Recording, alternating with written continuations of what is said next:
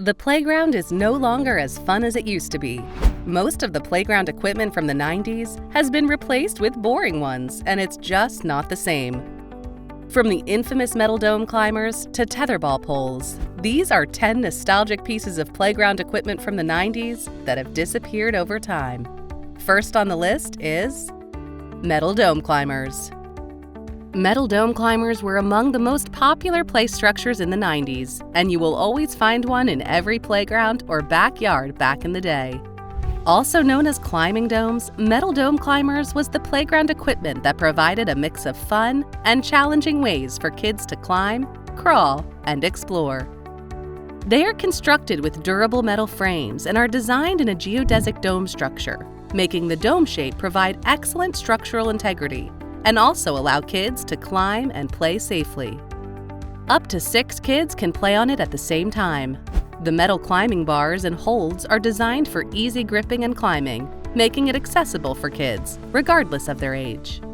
One of the benefits of this climbing dome is that it helps kids develop strength and agility and allows them to explore. Kids work together to navigate the dome and share their strategies for reaching the top. Although metal dome climbers are fun to play with, they had a defect. Their high heights and hard surfaces underneath made falls dangerous.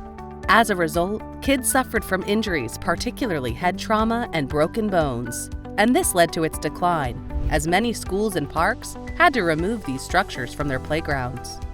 Metal dome climbers dominated playgrounds worldwide for many decades. Sadly, they weren't the only playground equipment from the 90s that was deemed too dangerous for kids. Do you remember the fun of sliding down from those tall metal slides as kids back in the day? These slides were usually 6 to 12 feet tall and made of shiny steel or aluminum that shone in the sunlight. With much eagerness and excitement, children would climb the ladder, sit down on the hot metal surface, and slide down at very fast speeds. Just like the climbing domes, they are constructed with durable metal materials.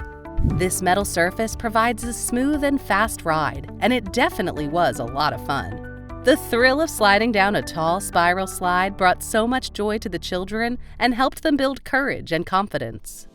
Unfortunately, several injuries were associated with metal slides, contributing to its decline. Metal slides become extremely hot when exposed to direct sunlight for a long period, and many children often have no idea how hot the surface is before they slide down, leading to severe burns. Another risk associated with metal slides is slipping and falling.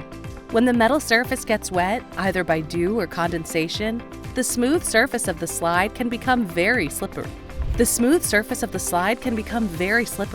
And this makes it hard for kids to maintain their balance while sliding down. Also, if children wear loose clothes, their dresses may become entangled in the slide. This caused a lot of serious injuries, such as head injuries, broken bones, and bruises, which can be fatal in some cases. Thankfully, the advent of new materials has caused metal slides to be rarely found in modern playgrounds. Regardless of their decline, metal slides hold a special place in the memories of many who grew up playing on them. Most kids found this next one very scary, not only because of its height, but also because of the climbing process. Do you remember that old climbing rope in the school gym? These were tall ropes made of thick, sturdy material like cotton, hemp, or jute, providing a good grip and texture.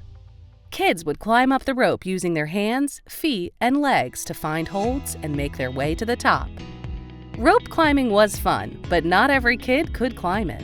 You have to grip the rope tightly, wrap your legs around it, and climb all the way to the top until you can touch the gym ceiling. Although rope climbing is an excellent way to build upper body strength, climbing without the legs was difficult, and kids suffered from hand cramps. If a child fell from that high of height, it caused serious injuries, despite the mat that was laid below to serve as a cushion. The level of casualties recorded with the old-school rope climbs eventually led to its decline, just like the next playground equipment we will be talking about. Back in the day, the wooden forts were mini homes for kids. After all, they had a roof, windows, and doors, which offered natural light and ventilation. They were made from natural wood materials like cedar and pine, which provide a rustic and organic look. The tall towers of these forts were what made them special. kids were more than eager to climb, explore, and survey their new surroundings. Many wooden forts included climbing features such as ladders, stairs, or rope climbs to access the upper levels or roof. Unfortunately, wooden forts with tall towers were associated with various injuries, including falls from heights. Children would often climb to the top of the building and fall while attempting to descend or jump off. Falls from the tower or collisions with the structure could result in head injuries and broken bones. Gaps between wooden planks or other structural elements could also lead to entrapment or pinching injuries. The wood could splinter, which may lead to cuts and lacerations. These injuries were often caused when the design was improperly constructed or the structures lacked safety features such as railings, soft landing surfaces, or fall zones. As a result, many wooden forts with tall towers have been removed or redesigned to prioritize safety and minimize the risk of injury. And how can we forget this next one? The spring rockers that bounces while in motion. Spring rockers are a must-have in every classic playground. It consists of a metal spring beneath a plastic or wooden central beam, with 1 to 4 plastic or fiberglass seats above it. Whenever you sit on it, the structure moves and bounces. Spring rockers often come in the shape of animals such as horses, dragons, or frogs. Some came in the shape of vehicles like cars, trucks, or airplanes. Spring rockers help kids develop their motor skills and encourage imaginative play. What captivates children the most is the fun that comes with the bouncy motion that spring riding involves because it allows them to bounce back and forth. Bouncing and rocking are sensations that children seek out to satisfy their vestibular senses. However, if the spring snapped or moved unexpectedly, they could tip over whenever the rockers bounced or even cause pinching injuries, leading to its gradual decline. Like the spring rockers, the popular seesaws we loved playing on are rarely seen today. A seesaw is a long, narrow board which has 2 ends. As one end goes up, the other goes down. It is supported by a single pivot point which is located at the midpoint. Kids sit on either end of the seesaw and take turns pushing their feet against the ground to lift their sides into the air. These are most commonly found at parks and school playgrounds. Handles are provided for each rider to grip as they sit facing each other.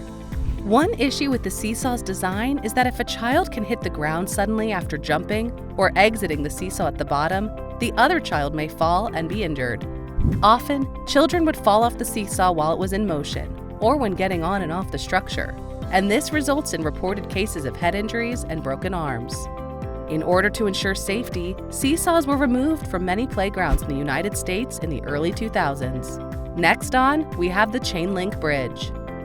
Chain link bridges are made from metal chains that could sway and create gaps. Many chain link bridges are suspended between 2 structures, and this creates a thrilling and challenging experience for kids. The suspension bridge is a fun and exciting part of play centers. Kids love testing their balance and bravery on the shaky bridge. The floor of the bridge is made up of walking boards which are attached to ropes and suspended in the air. This makes the bridge floor flexible and enables several exciting activities. These were challenging to walk on and could result in slips, trips, or falls while crossing the bridge. But due to safety concerns and the rise of more modern playground equipment, chain link bridges have become rare in many playgrounds. Who didn't love spinning around in circles with their friends, feeling the wind in their hair and the sun on their faces? Merry-go-rounds have to be the most popular spinning equipment on playgrounds. The rotating platform provides a thrilling experience for kids, allowing them to spin around and enjoy the ride. Many metal merry-go-rounds come with colorful designs, adding color to the playground. The equipment is meant for children to sit or stand, while children or adults push it to rotate. Sometimes children get on and off the equipment while it is rotating. These can be dangerous because it is hard for children to know how to get on and off while the merry-go-round moves. They could reach high speeds and cause kids to fall off or get hurt if limbs got caught underneath. Merry-go-rounds are not easy to find nowadays because they are seen as dangerous.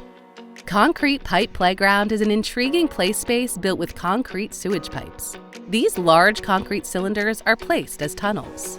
The tunnel design provides a cozy, enclosed space for kids to crawl through, hide, relax, have fun, and explore. While creative for play, they were hard and could result in bumps or bruises during active play. Children could suffer head trauma, concussions, or brain injuries from falling onto the hard concrete surface or colliding with the pipe's edges. Concrete pipes could absorb and retain heat, causing burns or heat-related illnesses in children who play inside them during hot weather. Lastly, we have the Tetherball poles. Tetherball is a game of two players who stand on opposite sides of the pole and use their hands to strike a volleyball. Each player tries to hit the ball one way, one clockwise, and counterclockwise. The game starts when one player serves the ball, usually by holding it in one hand and hitting it with the other. The opposing player then attempts to return the serve by hitting it in the opposite direction.